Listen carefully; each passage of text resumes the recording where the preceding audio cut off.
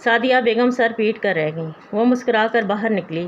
آج کے دن اس کا سب سے بڑا مشن کبیر سے مل کر آگے کی انفارمیشن لینی تھی۔ اسے یہ سب جلد ہی کرنا تھا کیونکہ گھر میں شادی کے لیے رشتہ داروں کی آمد شروع ہو چکی تھی۔ ناشتے کے بعد معمول کے مطابق گھر کے سارے مرد باہر نکل گئے۔ اسے جب تسلی ہو گئی تو امی کے کمرے سے سیاہ چادر بغل میں دبا کر باہر نکلی اور لون میں آ کر اس نے سیاہ چادر اوڑھ لی اور آگے پیچھے دیکھتے ہوئے چپکے سے باہر نکل آئی۔ اس کے باہر آنے کا کسی کو علم نہیں ہوا۔ اس کے گھر کے ساتھ دوسرا گھر کبیر کا تھا۔ اس نے تیزی سے 2-4 بار بیل بجائی۔ وہ 2 منٹ بعد دروازہ کھولنے آیا تھا اور اسے ایسے لگ رہا تھا جیسے نیند سے جاگ کر آیا ہو۔ وہ ایک درمیانی شکل و صورت والا اور عمر میں انم سے کہیں بڑا سنجیدہ قسم کا آدمی لگ رہا تھا۔ پہلی نظر میں اسے سمجھ نہیں آئی انم کو ایسے لڑکے سے محبت کیسے ہو گئی۔ جی آپ کون؟ وہ بنا اس کی اجازت کے کبیر کے گھر میں گھس گئی۔ وہ اسے اپنا تعارف اور آنے کا مقصد بتایا۔ تقریباً 1 گھنٹے تک وہ وہیں اس کے گھر میں بیٹھ کر اس سے حالات کے بارے میں ڈسکس کرتی رہی۔ وہ ایک پڑھا لکھا سلجھا ہوا انسان تھا۔ اس کی باتوں سے لگا وہ انم کو لے کر کافی سیریس تھا اور ان کے گھر کے حالات اور ماحول اچھے سے جانتا تھا۔ اس نے آگے کی ساری پلاننگ پہلے سے کر رکھی تھی اور اس نے اپنے خیالات اس کے ساتھ بھی شیئر کر دیے۔ وہ اسے سمجھاتی رہی کہ اسے کب کہاں کیا کیا کرنا ہے اور کس ہوشیاری سے نکلنا ہوگا۔ آپ ٹینشن نہ لیں، ہم لوگ یہاں سے سیو نکل جائیں گے انشاءاللہ۔ ٹکٹ کب کی کروائی؟ کل رات کی۔ تمہیں ہر بات کا اچھے سے خیال رکھنا ہوگا۔ آغا جان کی رسائی وہاں تک ہے جہاں یہ تمہاری سوچ بھی نہیں جا سکتی۔ اس نے کبیر کو خبردار کیا۔ اور میری اڑان وہاں تک ہے جہاں آپ کے آغا جان کا سایہ بھی نہیں پہنچ سکتا۔ وہ کھڑی ہوئی۔ ٹھیک ہے، باقی باتیں کال پر کروں گی۔ وہ جانے لگی پھر مڑی۔ دھوکہ تو نہیں دیں گے آپ انم کو؟ ایسا کروں تو سڑک پر کھڑا کر کے 100 جوتے ماریے گا۔ وہ مسکراتا ہوا کہہ رہا تھا۔ وہ باہر نکل آئی۔ جس خاموشی اور احتیاط سے وہ چادر اوڑھ کر باہر نکلی اسی احتیاط سے واپس اپنے گھر میں داخل ہوئی۔ لیکن مسئلہ یہ ہوا کہ اسے گھر میں داخل ہوتے اور بھاگتے ہوئے عظمیٰ تائی نے دیکھ لیا تھا، جو لان میں پودوں کو پانی دے رہی تھی۔ اسے دیکھتے ہی تائی چور چور چلانے لگیں۔ وہ رکی نہیں، بھاگتی ہوئی کمرے کے اندر داخل ہوئی اور باہر حال میں کوئی نہیں تھا۔ وہ تیزی سے انم کے کمرے میں گھس گئی اور دروازہ اندر سے بند کر لیا۔ پھر اس نے تیزی سے چادر اتاری۔ کیا ہوا عشرت، تمہارا سانس کیوں پھولا ہوا ہے؟ بھاگ کر آئی ہوں، تائی نے مجھے دیکھ لیا ہے۔ انم کا منہ حیرت سے کھل گیا۔ کیا؟ انہیں شک تو نہیں ہوا؟ نہیں، تم بس یہ چادر کہیں چھپا دو۔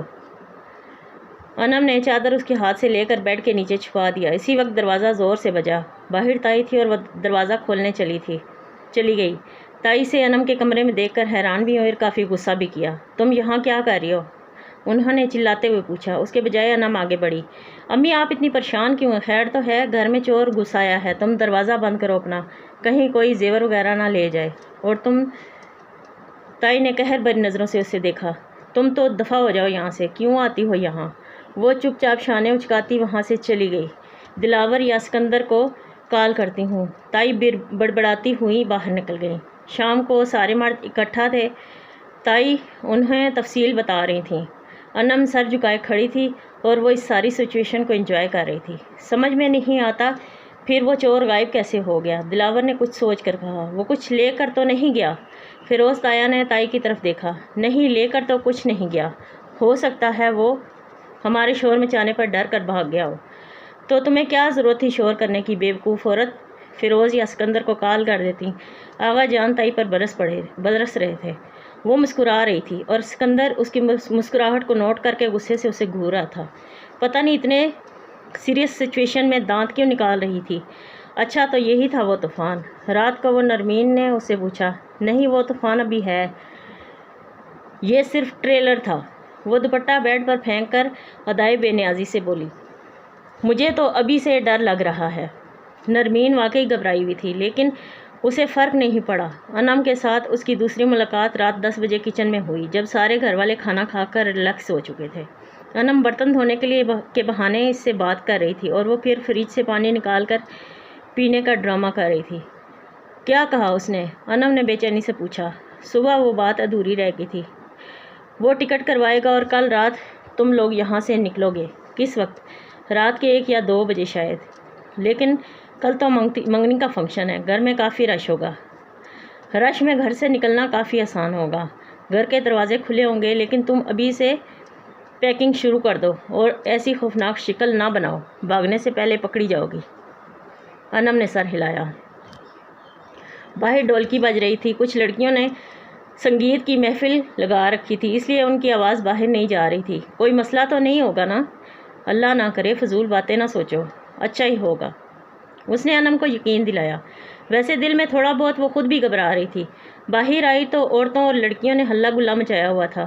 وہ بھاگتی ہوئی اپنے کمرے کی طرف جا رہی تھی جب سامنے سے فیروز تایا اور سکندر کوئی بات کرتے ہوئے آ رہے تھے۔ اس نے رک کر تایا کو سلام کیا اور جواباً تایا نے اسے جھڑک دیا۔ یہ کیا اچھل کود کر رہی ہو؟ تمیز سے چلو، اور دوپٹہ کہاں ہے تمہارا؟ سکندر بھی غصے سے اسے دیکھ رہا تھا۔ وہ کمرے میں ہے، تو جا کر پہن لو، آئندہ تمہیں بنا دوپٹے کے نہ دیکھوں۔ بظاہر تو اس نے اس بات میں سر ہلایا، مگر لگتا نہیں تھا وہ دوپٹہ پہنے گی بھی۔ سکندر الگ اسے فاتحانہ انداز میں دیکھ رہا تھا۔ جیت آیا۔ وہ اپنے کمرے میں چلی آئی اور دروازہ بند کر کے کبیر کا نمبر ملانے لگی۔ مہندی والی رات تھی، گھر پہ حد سے زیادہ رش تھا۔ مرد سارے گیسٹ روم کی طرف تھے، گھر کے باہر کھانے کا انتظام ہو رہا تھا، گھر کے اندر عورتوں کی ڈھولک وغیرہ، وہ بھی دروازہ بند کر کے، کہیں آغا جان یا گھر کا کوئی دوسرا مرد برا نہ مان جائے۔ اس نے ہاف بازو والا لہنگا پہنا ہوا تھا جو اس نے نیلم کی شادی پر بنوایا تھا، اس وقت امی نے پہننے نہیں دیا تھا، اب وہ زبردستی پہن کر گھوم رہی تھی۔ امی منع کرتی رہیں، گھر کا کوئی مرد دیکھ لے گا تو ٹانگیں توڑ دے گا،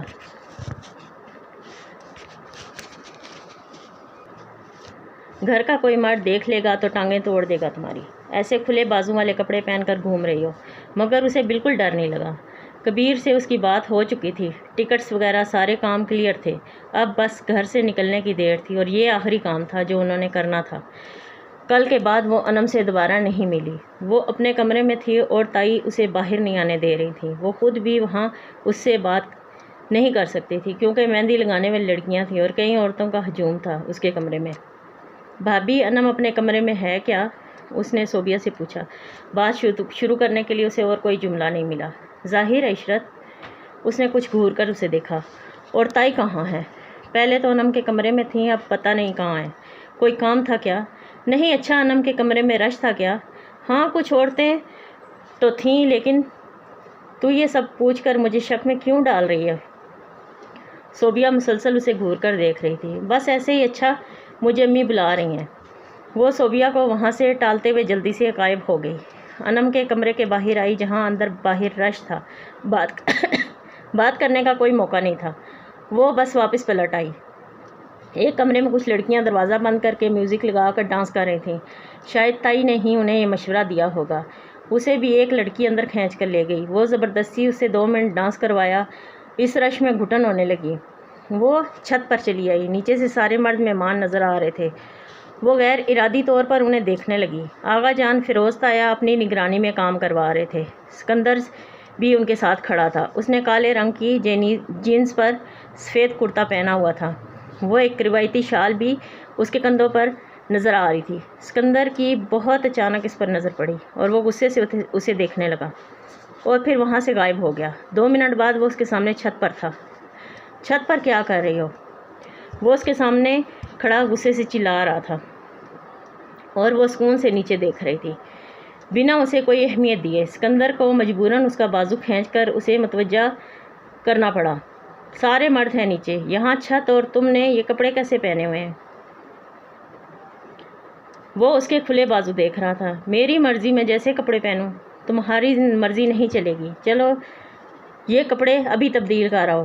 بالکل نہیں۔ وہ ہاتھ باندھ کر کھڑی ہو گئی۔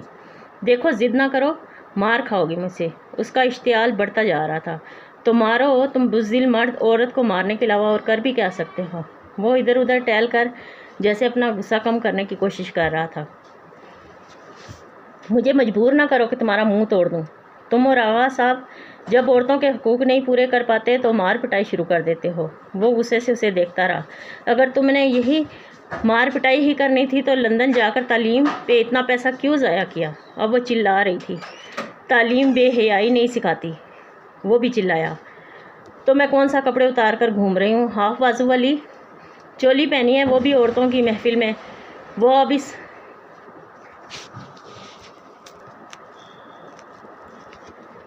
اب اسے انگلی دکھا رہی تھی۔ وہ اس خاندان کی پہلی لڑکی تھی جو یوں کسی مرد سے انگلی اٹھا کر بات کرتی تھی، ورنہ آج تک اتنی ہمت کسی کی نہ ہوئی۔ دیکھو، بحث نہ کرو اور دفع ہو جاؤ یہاں سے۔ وہ آپے سے باہر ہو گیا۔ شور کی وجہ سے ان دونوں کا جھگڑا کوئی سن نہیں پایا تھا۔ تم یہاں آئے ہو تو تم جاؤ یہاں سے۔ وہ مقابلے بازی پر اتر آئی۔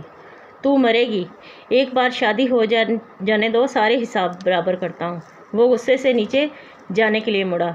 تم سے شادی کرنے کے بجائے میں خودکشی کو زیادہ ترجیح دوں گی، وہ اس کے پیچھے چلا کر بولی۔ وہ سنی انسنی کرتا نکل گیا۔ اس نے زور سے کرسی کو لات ماری اور وہیں بیٹھ گئی۔ نیچے کافی شور تھا، وہ وہیں سر پکڑ کر بیٹھ گئی۔ اسے کسی طرح انم سے مل کر اسے تیار کرنا تھا۔ نیچے کھانا شروع ہوا۔ کھانا لگ چکا تھا اور سبھی کھانے میں مصروف ہو گئے۔ وہ تیزی سے نیچے آئی۔ ہال میں سارے بچے، آنٹیاں سبھی کھانوں پر ٹوٹ پڑے۔ امی اور تائی ادھر ادھر لوگوں سے باتوں میں مصروف تھیں۔ گھر کی باقی عورتیں بھی کہیں نہ کہیں مصروف تھیں۔ سعدیہ بھابھی پانی کا ایک بہت بڑا جگ اٹھائے جانے کہاں جا رہی تھیں۔ وہ اس کے پیچھے گئی۔ انم نے کھانا کھایا؟ نہیں، ابھی دینے جا رہی ہوں۔ سعدیہ بھابھی تیزی سے چل رہی تھیں، انہیں جیسے بات کرنے کی فرصت نہیں تھی۔ وہ اس کے پیچھے تیزی سے چل رہی تھی۔ میں دے آؤں؟ ہاں، تو ہی دے آ، مجھے کیا، بلکہ تو رک، آنٹی جی نے منع کیا ہے تمہیں انم کے کمرے میں نہ جانے دوں۔ وہ تائی کا کہہ رہی تھی، ان سے میں خود بات کر لوں گی۔ وہ دونوں کھانے کے کاؤنٹر کے پاس آئیں۔ اس نے تیزی سے ایک ٹرے اٹھایا اور اس میں چاول، قورمہ اور سلاد جلدی جلدی ڈالنے لگی۔ صوبیہ بھابھی اسے اس کے حال پر چھوڑ کر کب کی جا چکی تھیں۔ وہ ٹرے اٹھا کر لہنگا سنبھالتی سیڑھیاں چڑھنے لگی۔ تائی اسے دیکھ چکی تھیں، اس کے پاس بھی آ گئیں۔ کہاں جا رہی ہو تم؟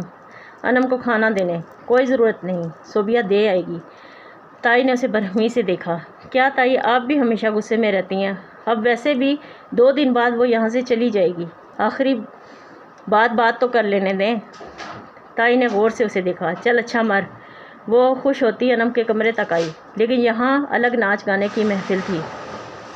ساری لڑکیاں نیچے جاؤ، کھانا سارا ختم ہونے کو ہے اور تم لوگ یہیں کودتی رہو۔ اس نے کمرے میں داخل ہوتے ہی اعلان کر دیا۔ ساری لڑکیاں سر پر پیر رکھ کر بھاگ گئیں۔ اس نے تیزی سے دروازہ بند کیا۔ انم نے گھبرا کر دوپٹہ اتارا۔ ساری پیکنگ ہو گئی۔ انم نے سر اس بات میں ہلایا۔ اس سے کوئی بات ہوئی؟ ہاں، رات کے 2 بجے نکلنا ہے۔ کوئی گڑبڑ تو نہیں ہوگی؟ کچھ نہیں ہوگا ڈرپوک، یہ لے کھانا کھا، پتہ نہیں بعد میں کب سفر میں رہو گی۔ انم نے کھانے کی ٹرے پر پرے دھکیل دی۔ اتنے سارے لوگوں میں سے نکلیں گے کیسے؟ رات کے 2 بجے تقریباً سب سو چکے ہوں گے، اور باقی جو 1-2 مہمان جاگ رہے ہوں گے ان کے لیے گھر کا مین سوئچ آف کر دوں گی۔ پورے گھر میں اندھیرا ہو جائے گا اور تم اس اندھیرے کا فائدہ اٹھا کر باہر نکل جاؤ گی۔ بس 2 منٹ ہی تو سارے لگیں گے اس کمرے سے مین گیٹ تک جانے میں، اور پھر تم آزاد۔ کہتے ہوئے اس نے انم کے بیگ کی طرف دیکھا۔ ایک چھوٹا سا بیگ تھا۔ وہ اٹھ کر بیگ کو الٹ پلٹ کر دیکھنے لگی۔ کیا کیا رکھا ہے اس میں؟ کچھ زیور، پیسے اور 1-2 سوٹ۔ اچھا کیا، اور ہاں، میرا نمبر بھی لکھ لو، اپنے پاس رکھ لو، لندن پہنچتے ہی کال کرنا۔ وہ دراز سے پین کاغذ ڈھونڈنے لگی۔ نیچے والے دراز میں دیکھو۔ اس نے کاغذ قلم اٹھایا اور اپنا نمبر اس پر لکھنے لگی۔ عشرت، کیا میں واپس کبھی اس گھر میں نہیں آ سکوں گی؟ تم سے، اسکندر بھائی سے، امی سے نہیں مل سکوں گی؟ وہ کچھ اداسی سے بولی۔ عشرت نے نمبر والا کاغذ اس کی مٹھی میں دبایا اور اس کے پاس بیٹھ گئی۔ ایسا کچھ نہیں ہوگا انم، تم اس گھر میں تب تک نہیں آ سکو گی جب تک آغا جان زندہ ہے۔ جس دن وہ چلے گئے ان کے اصول، روایات، سب کچھ انہی کے ساتھ جائیں گے۔ تایا اتنے پرانے خیالات کے نہیں ہیں، اور تائی بھی تمہیں خود واپس بلائیں گی۔ تم ان کی اکلوتی اولاد ہو، ساری زندگی تم سے نفرت نہیں کر سکیں گے۔ تائی اور تایا کی محبت کے سامنے سکندر اور دلاور بھائی بھی کچھ نہیں کر سکیں گے، اور میں بھی تو تم سے ہمیشہ ویڈیو کال پر بات کرتی رہا کروں گی۔ اس نے انم کو اچھی امید دلائی۔ اس کا غم کچھ کم ہوا اور وہ اٹھ کھڑی ہوئی۔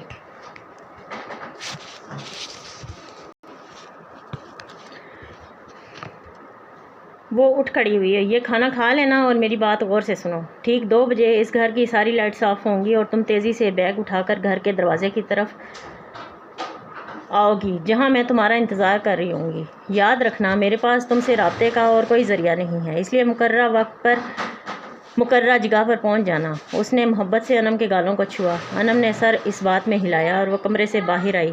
کھانے کے دور ختم ہو چکا تھا۔ ایک بار پھر محفل لگی تھی۔ وہ چپکے سے گھر کے پچھلے حصے کی طرف آئی جہاں گھر کا مین سوئچ تھا۔ وہ غور سے سوئچ کو دیکھنے لگی۔ اس کے پاس گئی اور تاریں بھی تھیں، کچھ رنگ برنگی لائنوں کے تار بھی وہیں سے کٹنگ تھی۔ وہ غور سے ترتیب دیکھنے لگی۔ مین سوئچ کے بٹن تک ہاتھ لے جانے کے لیے کافی تاروں میں سے ہاتھ کو گزارنا تھا اور وہ پاس پڑی لکڑی سے ادھر ادھر کی اضافی تاروں کو ہٹانے لگی تاکہ رات کو وہ مین سوئچ کو آسانی سے بند کرے۔ رنگ برنگی لائٹوں کی تار کو اس نے لکڑی کی مدد سے ہٹایا۔ پھر اچانک کسی نے اس کا ہاتھ پکڑ کر اسے زور سے کھینچا۔ وہ منہ کے بل فرش پر جا گری۔ وہ خود بھی فرش پر گرا ہوا تھا۔ وہ سکندر تھا۔ اسے سمجھ نہیں آیا اتنی جلدی کیا ہوا۔ بے وقوف لڑکی، کیا کر رہی تھی تم یہاں؟ وہ غصے سے چلا رہا تھا۔ اس نے پیچھے مڑ کر دیکھا، کئی تار نیچے گری ہوئی تھیں۔ شاید وہ تاریں اس پر گرنے والی تھیں اور اس نے پیچھے سے آ کر اسے کھینچ لیا تھا۔ وہ کپڑے سیدھے کرتے ہوئے کھڑی ہوئی۔ وہ بھی کھڑا ہو کر اسے غصے سے گھور رہا تھا۔ وہ ادھر کچھ لائنوں میں روشنی نہیں آ رہی تھی، وہی دیکھنے آئی تھی۔ اس نے لڑکھڑاتے ہوئے کچھ شرمندگی سے کہا تھا۔ سکندر نے اسے ایسے دیکھا جیسے وہ کوئی ذہنی مریض ہو۔ دماغ تو نہیں خراب تمہارا؟ تم کوئی الیکٹریکل انجینئر ہو؟ بڑی آئی تاروں کو ٹھیک کرنے والی۔ ابھی اگر میں نہیں آتا تو اس گھر میں تیری کل خوانی کی رسم ہو رہی ہوتی۔ اس نے کچھ شرمندگی سے پہلو بدلا۔ اب میرا منہ کیا دیکھ رہی ہو؟ چل دفعہ ہو جا یہاں سے۔ وہ غنیمت پا کر فوراً وہاں سے بھاگی۔ 2 بجنے میں 10 منٹ باقی تھے۔ رات دیر تک لڑکیوں کا ہلا گلا چلتا رہا۔ تقریباً 1 بجے سب سونے چلے گئے۔ اس نے شکر ادا کیا، ورنہ ان سب کے ارادے تو صبح تک جاگ کر شگل لگانے کے تھے۔ چپکے سے وہ کمرے سے باہر نکلی۔ سبھی کمروں میں سوئے ہوئے تھے۔ باہر حال میں سناٹا تھا۔ وہ آگے پیچھے دائیں بائیں دیکھتے ہوئے آگے بڑھی۔ کوشش اس کی یہی تھی بنا کوئی آواز پیدا کیے وہ مین سوئچ تک پہنچ جائے، اور 2 منٹ بعد وہ مین سوئچ کے سامنے تھی۔ بسم اللہ پڑھ کر اس نے چاروں طرف دیکھا، پھر تیزی سے بٹن آف کیا۔ پورا گھر اندھیرے میں ڈوب گیا۔ وہ تیزی سے چل کر گھر کے مین گیٹ کی طرف آئی۔ وہ سائڈ پر ہو کر کھڑی ہو گئی۔ اسے یہ ڈر بھی تھا کہ کہیں کوئی لائٹ وغیرہ بند ہونے کی وجہ سے چیکنگ کے لیے نہ آ جائے۔ انم کو وہ ہدایت دے چکی تھی کہ لائٹ بند ہونے کے فوراً بعد ہی وہ دروازے کے پاس پہنچ جائے۔ یقیناً وہ بھی لائٹ بند ہونے کا انتظار کر رہی تھی۔ مین گیٹ مہمانوں کے آنے جانے کی وجہ سے کھلا رکھا گیا تھا، ورنہ عموماً بند ہوتا تھا۔ انم سر پر سفید چادر ڈالے اپنا سیاہ بیگ اٹھائے بنا کوئی آواز پیدا کیے اس کے پاس آ گئی۔ اس نے بولنے کے بجائے اشارے سے کام لیا اور انم کو باہر چلنے کا اشارہ کیا۔ وہ خود آگے آگے چلنے لگی۔ انم اس کے پیچھے پیچھے چل رہی تھی۔ بھاگتے ہوئے وہ چاروں طرف بھی دیکھ رہے تھے۔ کبیر سے وہ پہلے ہی رابطے میں تھی۔ وہ اپنی طرف سے تیاری مکمل کر چکا تھا اور اب باہر نکلنے سے پہلے اس نے کبیر کو میسج کیا تھا۔ جواباً اس نے اوکے لکھا تھا۔ 1 منٹ سے بھی کم وقت میں وہ آغا جان کی حویلی سے باہر کھڑے تھے جہاں روڈ تھا اور سامنے کبیر کھڑا تھا۔ وہ ٹیکسی وغیرہ کا انتظام شاید پہلے ہی کر چکا تھا کیونکہ اس کے آنے سے پہلے ٹیکسی وہیں موجود تھی۔ ان کے پاس زیادہ وقت نہیں تھا، اس لیے کوئی الوداعی ایموشنل گفتگو نہیں ہوئی۔ بس کبیر نے اسے مسکراتے ہوئے تھینک یو کہا۔ اس نے جواباً اسے رابطے میں رہنے کے لیے کہا۔ انم سے وہ گلے ملی۔ وہ دونوں ٹیکسی میں بیٹھ کر ہاتھ کے اشارے سے اسے خدا حافظ کہہ رہے تھے۔ نظروں سے اوجھل ہونے تک وہ اندھیرے میں اسی سنسان سڑک پر کھڑی رہی اور پھر تیزی سے اندر آئی اور اسی احتیاط سے ایک بار پھر مین سوئچ تک آئی۔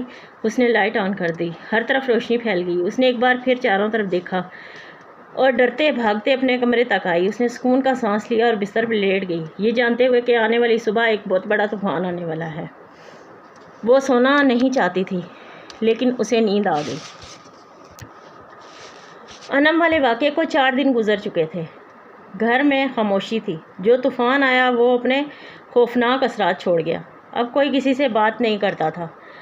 تائی نے تو کمرے سے نکلنا ہی چھوڑ دیا تھا۔ آغا جان بھی شرمندہ سے رہتے اور گھر سے باہر کم ہی جاتے تھے۔ اپنا رعب اور دبدبہ ثابت کرنے کے لیے وہ گھر کی عورتوں پر پہلے سے بھی زیادہ سختی کرنے لگے۔ نرمین کو اس پر شک تھا۔ وہ کئی بار اس سے باتیں کرنے کی کوشش بھی کرتی رہی لیکن اس نے ٹال مٹول سے کام لیا۔ لیکن جب مسلسل نرمین اس سے پوچھتی رہی کیا تم نے انم کو گھر سے نکالا ہے تو اس نے صاف صاف ہاں کہہ دیا۔ نرمین اسے کافی دیر تک حیرت سے دیکھتی رہی۔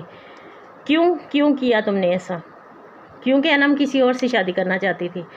نرمین نے جلدی سے جا کر دروازہ بند کیا اور آج جب وہ بتانے کے موڈ میں تھی تو وہ سب کچھ جاننا چاہتی تھی۔ تو تم نے کیسے نکالا اسے یہاں سے؟ اس نے نرمین کو 7-8 جملوں میں ساری سٹوری سنا دی۔ انم اس کی کارکردگی پر گھورتی رہی۔ بیوقوف لڑکی، اگر آغا جان یا تایا جان کو پتہ چلا تو وہ گلا کاٹ دیں گے تمہارا۔ اس نے بے نیازی سے سر جھٹکا اور موبائل پہ گیم کھیلنے لگی۔ مجھے بہت ڈر لگ رہا ہے عشرت، اگر کسی کو پتہ چل گیا ہوگا۔ اس نے نرمین کو روتے ہوئے بھی دیکھا، پھر خود اس کے آنسو بھی پہنچ ڈالے۔ زیادہ سے زیادہ کیا کریں گے، مار دیں گے مجھے؟ ویسے بھی جو زندگی ہم یہاں جی رہے ہیں، موت اس سے مشکل تو نہیں۔ جملے کے اختتام پر وہ خود بھی اداس ہوئی۔ نرمین نے اسے گلے سے لگایا۔ تم پلیز کبھی یہ بات اپنے منہ سے نہ نکالنا، امی کو بھی نہ بتانا، کہیں ان کی زبان سے سب کے سامنے کوئی ایسی ویسی بات نہ نکل جائے۔ نرمین تنبیہی نظروں سے دیکھتی ہوئی ہدایت کر رہی تھی۔ اب اتنی بھی بیوقوف نہیں ہوں آپی۔ نرمین اس کو تسلی کے باوجود ڈر رہی تھی۔ اگر اسے پہلے معلوم ہوتا کہ وہ ایسا کوئی قدم اٹھانے والی ہے تو وہ اسے ایسا کرنے ہی نہ دیتی۔ اب کیا وہ نہیں جانتی آغا جان کو، وہ کس طبیعت کے انسان ہے؟ جب تک انم والا معاملہ سلجھ نہ جائے وہ چین سے نہیں بیٹھیں گے، اور اگر انہیں ذرا بھنک پڑ گئی کہ وہ اسے بھگانے میں عشرت کا ہاتھ ہے تو وہ اسے موقع پر ہی گولی مار دیں گے۔ وہ کافی ڈر رہی تھی، اور اسے جس بات کا ڈر تھا وہی ہوا۔ صوبیہ بھابی ان دونوں کو بلانے آئی تھیں کہ آغا جان انہیں بلا رہے ہیں۔ یا اللہ خیر! ان دونوں نے گھبرا کر ایک دوسرے کو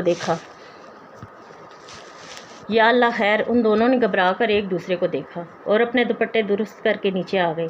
ایک بار پھر 4 دن پہلے والی عدالت لگی ہوئی تھی۔ سارے گھر والے اکٹھے تھے۔ آغا جان نے ان دونوں کو غصے سے دیکھا، لیکن وہ دونوں سعدیہ بیگم کو دیکھ رہی تھیں جو رو رہی تھیں۔ اسی نے بھگایا ہے میری بیٹی کو۔ عظمیٰ تائی نے جب روتے ہوئے انگلی اس کی طرف اشارہ کیا تو اسے لگا پورے حال کی چھت اس پر آ گری ہو۔ نرمین نے صدمے سے اسے دیکھا۔ سارے گھر والوں کی نظریں اسی کی طرف اٹھ گئیں۔ اس کا گلا سوکھ گیا۔ اس قدر مہارت سے کیے گئے منصوبے کا بھی پکڑے جانے کا اس کے لیے حیرت کا باعث تھا۔ سب بھی سوچ بھی نہیں سکتی تھی کہ اس کی چوری اتنی جلدی پکڑی جائے گی، اور اب اسے یقین تھا وہ مر جائے گی۔ لیکن جب آغا جان نے اگلا سوال کیا تو وہ کچھ الجھ گئی۔ کیا کہہ رہی ہے عظمیٰ؟ انہوں نے گرجدار آواز کے ساتھ اسے دیکھا۔ سب کے سوالیہ چہرے اس کی طرف تھے۔ سکندر بھی اسے دیکھ رہا تھا، لیکن آج اس کی نظروں میں غصہ نہیں تھا، گھبراہٹ تھی۔ بالکل وہی گھبراہٹ جو نرمین اور سعدیہ بیگم کی آنکھوں میں تھی۔ یعنی کہ یہ ایک معمہ تھا جو ابھی تک حل نہیں ہوا۔ کسی کو یقین نہیں تھا، یہ صرف شک تھا تائی کو اس پر۔ یہ آپ کیا کہہ رہے ہیں آغا جان؟ کیا میں ایسی حرکت کر سکتی ہوں؟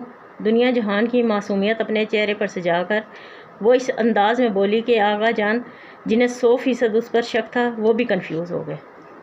جھوٹ مت بولو بدبخت لڑکی، تو نے ہی بھگایا ہے انم کو۔ تائی تیزی سے کھڑی ہوئیں اور اس کے سامنے آ کر چلانے لگیں۔ کیا ثبوت ہے آپ کے پاس؟ کس بنیاد پر آپ اتنا بڑا الزام لگا رہی ہیں مجھ پر؟ اس کا لہجہ اعتماد سے بھرپور تھا۔ وہ غلط ہونے کے باوجود ایسے ری ایکٹ کر رہی تھی جیسے اس پر الزام لگایا جا رہا ہو۔ میں نے خود دیکھا ہے تمہیں، تم بار بار اس کے کمرے کے چکر لگا رہی تھیں۔ تائی پھٹ پڑی۔ سب لوگ ان دونوں کا بیان سن رہے تھے۔ انم کے کمرے میں اور بھی سینکڑوں لڑکیاں گھوم رہی تھیں، تو کیا آپ سب پر الزام لگائیں گی؟ اور تائی سے بھی بلند آواز میں چلائی، تیرے کرتوت میں اچھے سے جانتی ہوں، مجھے یقین ہے تو نے ہی یہ سب کیا ہے۔ آپ کے یقین سے کچھ نہیں ہوگا، اگر ثبوت ہے تو سامنے لائیں، نہیں تو مجھ پر اتنا بڑا الزام نہ لگائیں۔ وہ اپنے دفاع میں چلائی۔ ٹھیک ہے تو یہی بات تم قرآن شریف پر ہاتھ رکھ کر کہو۔ تائی کے اس جملے پر ایک پل کے لیے پورے حال میں سناٹا چھا گیا۔ خود وہ بھی شاکڈ ہو گئی، انہیں دیکھنے لگی۔ اس نے مدد طلب نظروں سے ادھر ادھر دیکھا کہ شاید کوئی تائی کو روک لے، لیکن سب خاموش تھے۔ عظمیٰ ٹھیک کہہ رہی ہے، اب سچ جھوٹ کا فیصلہ قرآن شریف پر ہاتھ رکھ کر ہوگا۔ اس کی آخری امید پر بھی پانی پھر گیا۔ پھر فیروز تایا بھی تائی کے حق میں بول پڑے، اور باقی سب نگاہیں بھی یہی کہہ رہی تھیں، وہ تائی کے فیصلے سے متفق ہے۔ اس سٹوری کا تیسرا ایپیسوڈ یہاں پہ اختتام ہو گیا ہے۔ اس کا نیکسٹ ایپیسوڈ اگلی ویڈیو میں انشاءاللہ۔ اگر ہماری ویڈیو اچھی لگی تو لائک کریں، شیئر کریں اور چینل کو سبسکرائب بھی کریں۔ بہت شکریہ ویڈیو دیکھنے کا۔ اللہ حافظ۔